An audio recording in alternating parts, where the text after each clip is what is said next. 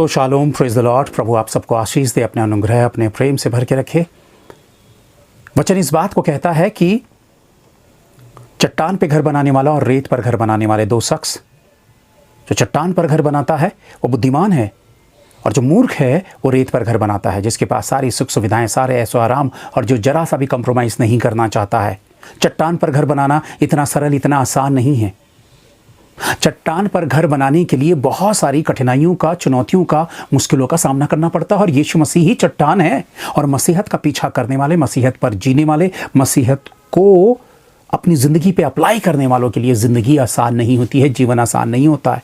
पर वो चट्टान पर घर बनाते हैं और तूफान उसे छू नहीं सकता। आंधी और तूफान और भूकंप और बाढ़ उसे छू नहीं सकती हैं, जबकि रेत का घर ढा दिया जाता है। नहीं, यानी कि वो दिखावटी मसीही जीवन गिर जाता है। और जो दिखावटी नहीं है, जो वाकई अपनी तकलीफ़ें, अपने कष्टों को और मुश्किल और मुसीबतों के बावजूद भी अपने ईमान में सच्चा रहता है मसीहत के साथ, वो चट्टान पर घर बनाने वाला बुद्धिमान है। जबकि संसार पे वो हंसी और ठट्टों का पात्र बनता है। संसार के लिए वो मूर्ख है, लेकिन परमेश्वर की दृष्टि में वो बुद्धिमान है। और चट्टान पर घर बनाना इतना आसान, इतना सरल नहीं है। चट्टान की ज़िंदगी जीना बहुत कठिन और मुश्किल है। आज जब मैं प्रार्थना कर रहा था, परमेश्वर मुझे कुछ चीज़ें बता रहा था और मुझे वचन दिखा रहा था। आप सोच भी नहीं सकते हैं कि आपकी कल्पना जो है, जो आप इमेजिन करते हैं, जो इमेजिनेशंस हैं आपके, क्या वो परमेश्वर की वास्तविक पहुंच तक पहुंच सकते हैं? जब बड़ी बड़ी मूवीज़ आप और मैं देखते हैं, हॉलीवुड मूवीज़ देखते हैं बड़ी, कि खुदा कैसा और फलाना फलूना, या जीसस की हमने मूवीज़ देखते हैं, तो क्या वास्तविकता वैसी ही है? मुझे नहीं पता कि हम उसका कितना परसेंट भी, थोड़ा सा 1-2% भी क्या हम वो दृश्य देख पाते हैं। हमारी कल्पनाएं भी वहाँ तक नहीं पहुँच सकती हैं। परमेश्वर इतना महान और इतना विशाल है। अगर आप और मैं परमेश्वर की महानता और विशालता का पीछा नहीं करते हैं, जहाँ पर वो मैथ्यू चैप्टर 6 में कहता है, तुम मेरे धर्म राज्य की खोज करो, बाकी चीज़ें तुम्हें मिल जाएंगी। धर्म और राज्य जो है, उसी में वास्तविक मसीहत है। वही मसीहत की वास्तविक सच्चाई है। आप और मैं कितना जानते हैं परमेश्वर के बारे में और कितनी सारी चीज़ों को समझते हैं। मतलब आकाश जब हिलेगा और पृथ्वी जब हिलेगी अपनी जगह से, और कहर जब इस दुनिया पर आएगा, तो शायद आपने, मैंने उसके विषय में कभी कल्पना भी नहीं की होगी। क्योंकि मनुष्य इस कदर ढीठ हो चुका है कि उसे कोई फर्क नहीं पड़ता। ये किस्से और कहानी सी जान पड़ती है ये बात। लेकिन दोस्तों, मैं एक वचन आप लोगों के सामने रखता हूं, प्रकाशित वाक्य, रेवलेशन चैप्टर 10 वर्स 4, प्रकाशित वाक्य अध्याय 10 वचन 4 क्या कहता है? और जब सातों गर्जन के शब्द सुनाई दे चुके, तो मैं लिखने पर था, और मैंने स्वर्ग से यह शब्द सुना कि जो बातें गर्जन के उन 7 शब्दों से सुनी हैं, उन्हें गुप्त रख और मत लिख। ये बात यूहन्ना से कहा कि 7 शब्द जो गर्जन पर सुनाई दिए, वो 7 शब्दों को मत लिख, उसे गुप्त रख।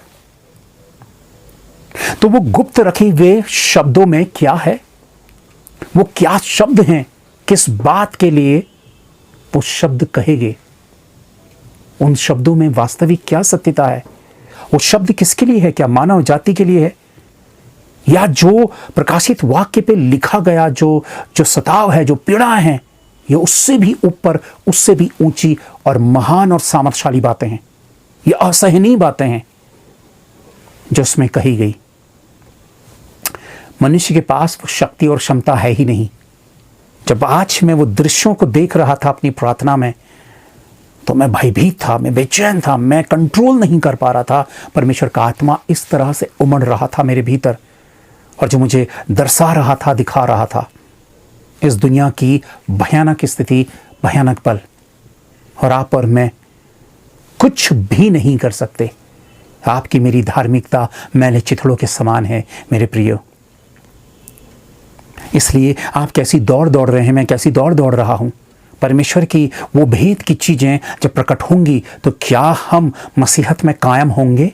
क्या हम खड़े रहने लायक होंगे? भविष्यवाणियों का पूरा होना, इज़राइल पर इस कदर संकटों का आना,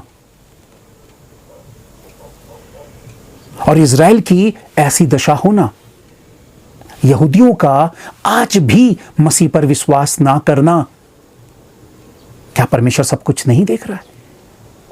ये सब कुछ होना ही होना है। आप और मैं कितनी अटकलें लगाएं, आप मैं कितनी बहसें करें, हम कितनी भविष्यवाणियों को झूठा ठहराएं या कितनी चीज़ों को सही ठहराएं, कोई फर्क नहीं पड़ता। परमेश्वर के अस्तित्व में कुछ भी फर्क नहीं पड़ता है। आप किसी बात को कहते हैं कि मुझे विश्वास नहीं है, आपके विश्वास नहीं है कहने से परमेश्वर की महानता पर जरा सा भी असर नहीं पड़ेगा। आप विश्वास करें या ना करें, परमेश्वर की बातें पूरी होनी है।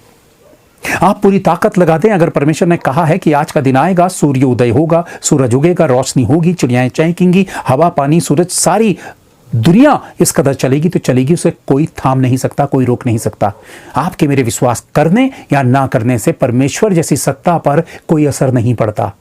इस दुनिया में अटकलें लगाने वाले, चाहे वैज्ञानिक हो, चाहे दुनिया का कोई भी बड़े से बड़ा विद्वान हो या बड़े से बड़ा धनवान व्यक्ति हो, चर्चाएं डिबेट्स होती रहेंगी, बातें होती रहेंगी, चर्चाएं होती रहेंगी। 99% परमेश्वर की बातों पर यकीन ना करने वाले लोग हो जाएं या 100% भी हो जाएं, परमेश्वर जैसी महानता पर कोई असर नहीं पड़ता, क्योंकि वो वास्तविक सत्य है और सत्य इस दुनिया में प्रकट होना ही होना है। भविष्यवाणियों का पूरा होना ही होना है। उसे आज तक कोई भी नहीं रोक पाया। मनुष्य जाति परमेश्वर के सामने चींटी सरीखे से भी निचले स्तर का है, बिल्कुल एक कण के समान है, सूक्ष्म कण के समान है। परमेश्वर की एक उंगली का इशारा इस दुनिया की पूरी तरह से तकदीर को बदल के रख देगा। इसलिए घमंड ना करें, ना बुद्धि पर ना ज्ञान पर। बड़े बड़े प्रचारक, बड़े बड़े प्रीचर, बड़े बड़े टीचर, बड़े बड़ा सब कुछ बहुत बड़े शोर शराबे के तौर पर चल रहा है और उनका इंप्रेशन दुनिया में बहुत गहरा पड़ा हुआ है। मैं किसी के खिलाफ बात नहीं कर रहा हूं, लेकिन ये याद रखिए, परमेश्वर जैसी हस्ती के सामने किसी की कोई हैसियत नहीं है, किसी की कोई वैल्यू नहीं है। जब वो दौर शुरू होगा तो उस दौर से कोई निपट नहीं सकता, कोई उसका मुकाबला नहीं कर सकता, कोई उसका सामना नहीं कर सकता, कोई उसके सामने खड़ा नहीं रह सकता। इसलिए ये मजाक का विषय नहीं है, ये मजाक का विषय नहीं है, ये हल्के में चीजों को लेने का विषय नहीं है। बुद्धिमान व्यक्ति वो जो भविष्य के बारे में सोचता है, कल के बारे में सोचता है, अपनी आज को लेकर, कि अगर आज मैं अपने आज को बेहतर करूंगा तब मेरा कल बेहतर होगा। जो रास्ता आज आप चुनते हैं, कल वही आपको आपकी मंजिल तक पहुंचाता है। अब आपका रास्ता क्या है, आप जो रास्ता चुनेंगे वही आपकी मंजिल तक आपको पहुंचाएगा, आपकी वही मंजिल बनेगा। आप परमेश्वर के प्रति अगर लापरवाह हैं तो लापरवाही का रिजल्ट हमेशा लापरवाही वाला ही रिजल्ट मिलेगा। वो अच्छा रिजल्ट कभी नहीं हो सकता। आपकी कल्पनाओं और आपकी सोच के थ्रू कुछ नहीं होने का। रियलिटी को समझने की कोशिश करिए, धरातल पर आने की कोशिश करिए। झूठी मसीहत, दिखावे की मसीहत को त्याग दीजिए। झूठा ड्रामा करना बंद कर दीजिए। झूठा शोर मचाना, दूसरों पर इंप्रेशन डालना बंद कर दीजिए और जिंदगी की वास्तविकता को समझना शुरू करिए। जिंदगी की वास्तविकता को पकड़ना शुरू करें, वास्तविकता को जानना शुरू करें, अपने आंख के लट्ठे को देखना शुरू करें, अपनी गिरेबान पर झांकना शुरू करें कि आपकी मसीहत कहां पे है और क्या है। आप और मैं दुनिया पर इंप्रेशन डाल सकते हैं, झूठ बोल सकते हैं, दिखावा कर सकते हैं, अपनी मसीहत का बखान कर सकते हैं, लेकिन मेरी असलियत क्या है, मेरे आंख का लट्ठा क्या वाकई निकला है, नहीं निकला है? क्या मैं चूना फिरी हुई कब्र के समान हूं, जो बाहर से तो बहुत अच्छा दिखता है पर भीतर से मुझ में कीड़े पड़े हुए हैं? क्यों झूठी धार्मिकता, क्यों झूठा दिखावा, क्यों ये कहना कि मैं पीढ़ियों का क्रिश्चियन हूं, मैं कैथोलिक हूं, मैं मेथोडिस्ट हूं, मैं प्रोटेस्टेंट हूं, मैं सीएनआई हूं, मैं एक्सेट्रा हूं, मैं पेंटिकॉस्टल हूं? हम किसी भी चर्च, किसी भी डिनोमिनेशंस को बिलोंग करें, यीशु मसीह एक ही है, उसकी परम बात, परम सत्यता वही है। कई बातें उसने हमसे छिपाई भी हैं। अगर अनुग्रह है तो हम अनुग्रह का नाजायज फायदा ना उठाएं। प्रभु की दया है, अनुग्रह है, कृपा है, तो हम उसकी आड़ पर गंदा खेल ना खेलें, उसकी आड़ पर हम अपनी मनमानी का जीवन ना जिएं, कुछ भी ना बोलें, कुछ भी ना करें। बहुत सोचे समझे और विचारें, क्योंकि मसीहत पर अगर मौका चूक जाएगा तो वापसी का मौका हमें बिल्कुल भी नहीं मिलेगा। यही समय है आपका मेरा। कुछ भी कर ले, मैंने कहा, प्रभु के वचन का पूरा होना ही होना है।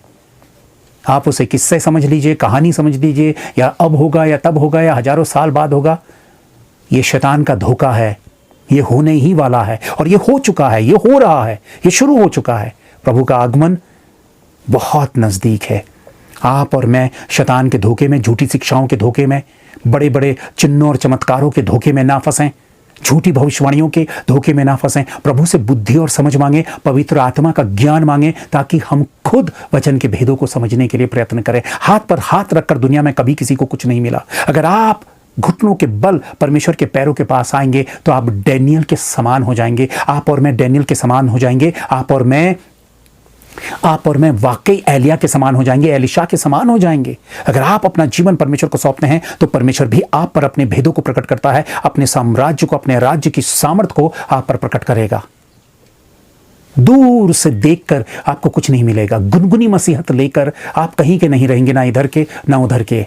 वो समय पूरा हो रहा है, चीजें पूरी हो रही है। प्रभु का आगमन बहुत नजदीक है। अपने परिवार को समेटिए, अपने बच्चों को समेटिए, अपने माँ बाप को समेटिए। दुनिया के लिए प्रार्थना करते, स्वार्थ छोड़ दीजिए, लोभ लालच छोड़ दीजिए। हनन्या सफीरा मत बनिए, यहूदा स्कृति मत बनिए। कितने लोगों का विश्वास रूपी जहाज धन की लालसा के कारण डूब गया।